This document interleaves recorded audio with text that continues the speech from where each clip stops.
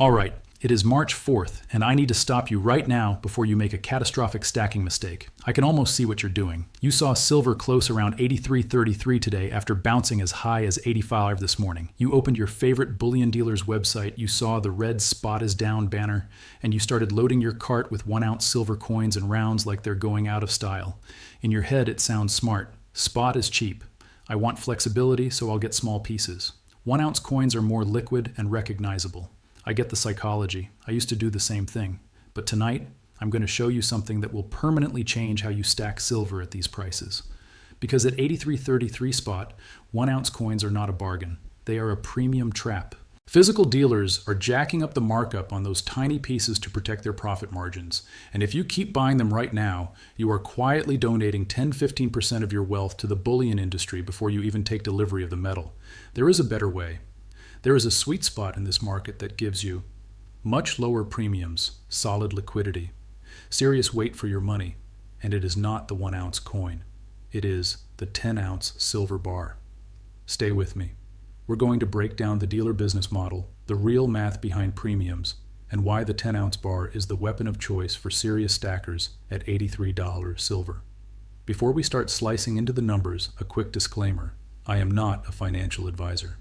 This video is educational based on how the physical bullion market actually works. Premiums, fabrication costs, dealer margins. Don't buy or sell metal just because some guy on YouTube said so. Always do your own research. If you appreciate this kind of real stacking strategy, not hype, not sponsored shilling, just mechanics and math, do 3 things for me. Hit like so more new stackers don't get wrecked on premiums. Subscribe and tap the bell so you don't miss the next deep dive. Drop a comment right now and be honest. Type 1OZ if you mostly stack 1-ounce coins and rounds. Type 10OZ if you already lean into 10-ounce bars. Type mix if you split between both and you're open to optimizing. All right, let's talk about how this 83.33 close-let bullion dealers quietly flip the table on you. Here's the paradox most people never think about. When the paper price of silver gets slammed down on COMEX or LBMA, that does not make it cheaper for a dealer to manufacture a coin.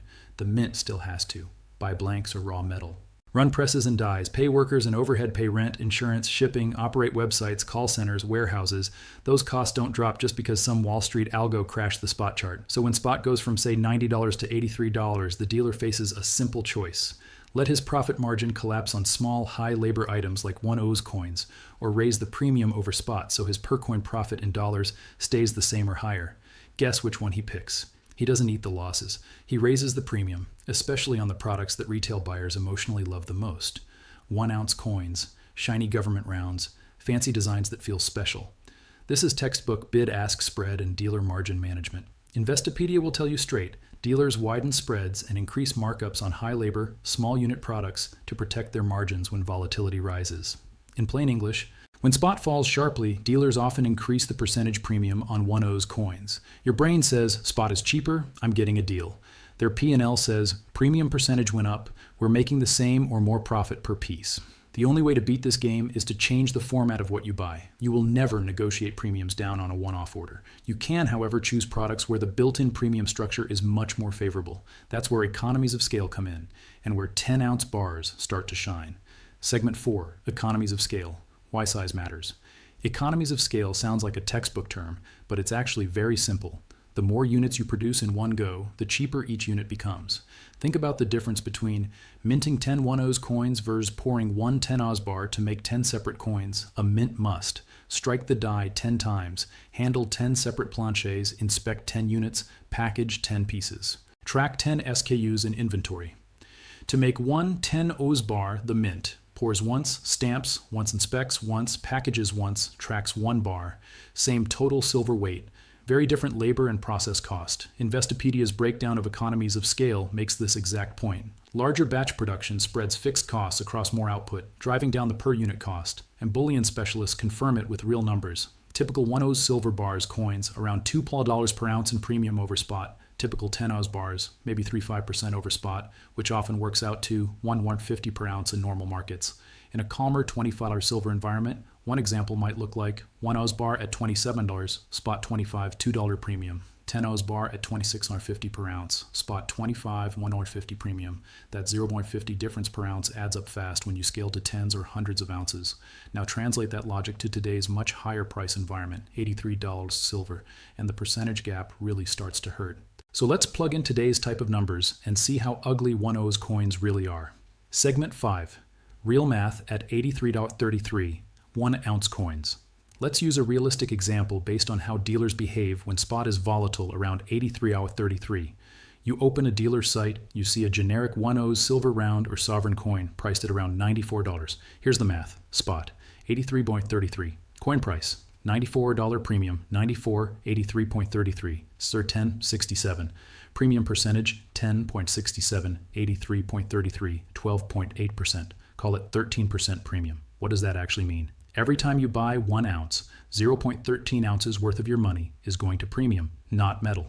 Now imagine you buy 100 ounces in 1 Oz coins at that pricing. Total spend, about $9,400 true metal value if there were no premium. $9,400, 83.33, 112.8 ounces worth of value. Actual ounces you receive, 100, so you just gave up 12.8 ounces of potential future silver. Those 12.8 ounces are sitting in the dealer's profit margin, fabrication cost, branding, tax on the coin. That's why I say, buying 1 Oz coins at 13% premiums is like marching 10-15% of your wealth into the dealer's office and saying, here, you keep this. You don't see it because you're distracted by spot price shiny design's emotional satisfaction. But the math doesn't care. Premium is leakage. Now let's run the same capital through 10 Oz bars. Segment 6, real math at $83.33, 10 ounce bars. Same night, same spot, $83.33. You navigate to the generic 10 Oz bar section. You see prices around $880 for a 10 Oz bar. Break it down. Price per ounce, $880. 10, almost an $88 premium per ounce, 88, 83.33, 467, premium percentage, 467, 83.33, 5.6%. So 1 Oz coins, some 2.8% premium 10 Oz bars, 5.6% premium. The 10 Oz bar just cut your premium almost in half. Now run the same $9,400 budget. Option A, 1 Oz coins, metal value, $9,400, 1.128, 8333 in actual silver ounces, effectively 8333, 8333, 100 ounces by definition. Option B, 10 Oz bars.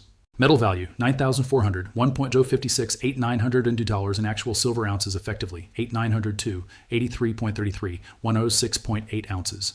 You just gained 6.8 ounces by doing nothing except changing product size. At $100 future silver, that's $680 extra potential. $150 silver, $1,020, $200 silver, $1,360, same fiat spent, more metal stacked. That's the power of respecting premiums. Segment 7, round trip reality, buy plus sell costs.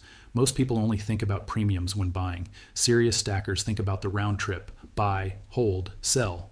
When you eventually sell silver back to a dealer, here's what usually happens. For generic, recognizable bars, dealers often pay 95-98% of spot, depending on conditions. They do not pay you back whatever premium you originally paid. So imagine 2 scenarios. Scenario 1, 1 Oz government coin. You bought at 15% over spot, common on eagles, maples, and tight markets. You sell back at 97% of spot. Your round trip cost plus 115%, buy, 3% sell discount.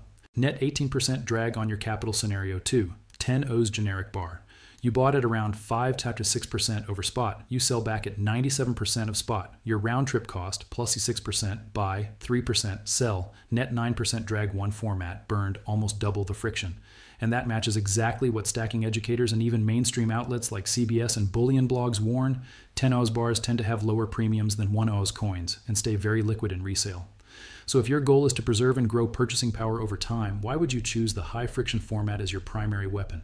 Segment 8, liquidity myth, but 1 Oz coins are easier to sell, 25 to 29, 30.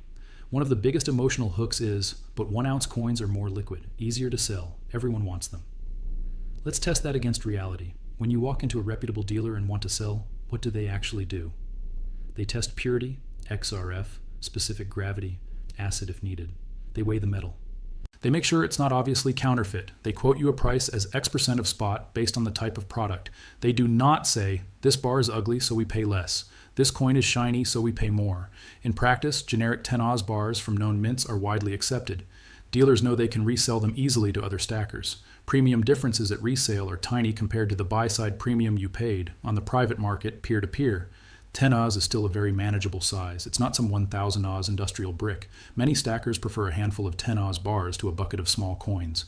And as CBS and bullion guides point out, 10 Oz bars are considered a sweet spot, lower premium than 1 Oz, easier to sell than 100 Oz bricks. So the liquidity argument for 1 Oz coins is mostly marketing psychology. Yes, in extreme crisis, having some very small units might help for barter, but that doesn't justify overpaying on your entire stack. The smarter play: build 70-90% of your stack in efficient formats, 10 TOZ, G, 100 Oz bars.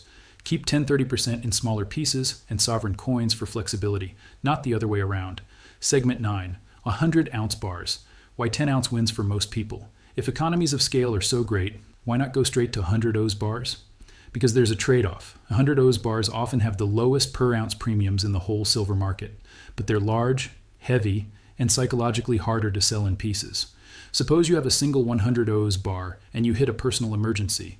You can't easily sell 23 ounces out of it. You have to decide whether to part with the entire bar. With 10 Oz bars, need 800, 900? Sell 1 bar. Need more? Sell 2. You can adjust your liquidation in smaller chunks. That's why many stacking guides say exactly what we're saying here. The 10-ounce silver bar hits a sweet spot for investors, substantial enough for lower premiums, but small enough to stay easy to sell. So for most people, 1 Oz coins, high friction, high premium, good for collecting, and a little flexibility. 10 Oz bars, best balance of premium, practicality, and liquidity. 100 Oz bars, ultra low premium, but lock your wealth into larger bricks. You choose based on your budget, your time frame, your comfort level with holding and moving big bars. For a typical retail stacker building, 5K, 10K, 50K like positions, 10 Oz bars are the workhorse. Segment 10, 2026. Macro context, why efficiency matters more than ever. All this premium talk would matter in any year, but in 2026, it matters more than ever. Look at the environment. Spot silver around 83.85, up 16% YTD after an insane 2025. We've seen spikes toward 120 plus, then brutal dumps, then sharp recoveries. The market is a battlefield between multi-year supply deficits, massive industrial demand, and a hawkish Fed and strong dollar. At the same time, physical demand is exploding in Asia and India. Local premiums in some Eastern markets are significantly higher than Western spot. Dealers globally are wrestling with inventory, shipping delays, and sourcing. In this kind of world, your edge is not guessing tomorrow's price. Your edge is owning real metal rather than paper, getting as many ounces as possible for every unit of fiat you deploy. If you're leaking 10-15% into premiums on every purchase, you are quietly sabotaging your own hedge. When silver is cheap, you want to hoover up metal, not hoover up dealer margin. Here's a simple stacking strategy you can copy or adapt. Define your role. Are you an investor? Are you a stacker? Then your focus is ounces, not numismatic hype. Are you a collector? Then premiums don't matter as much. You're buying art and history. Set a monthly budget. Even $200, $300 a month consistently can build a serious position over time. Larger budgets? Great, but keep the discipline. Make the 10 Oz bar your default. Every time you stack, pretend 10 Oz bars are standard mode. Only deviate for a specific reason, not emotion. Add small coins strategically. Maybe once every few months, buy a tube of sovereign coins if the premium isn't insane. Treat it as a satellite to your core stack, not the base.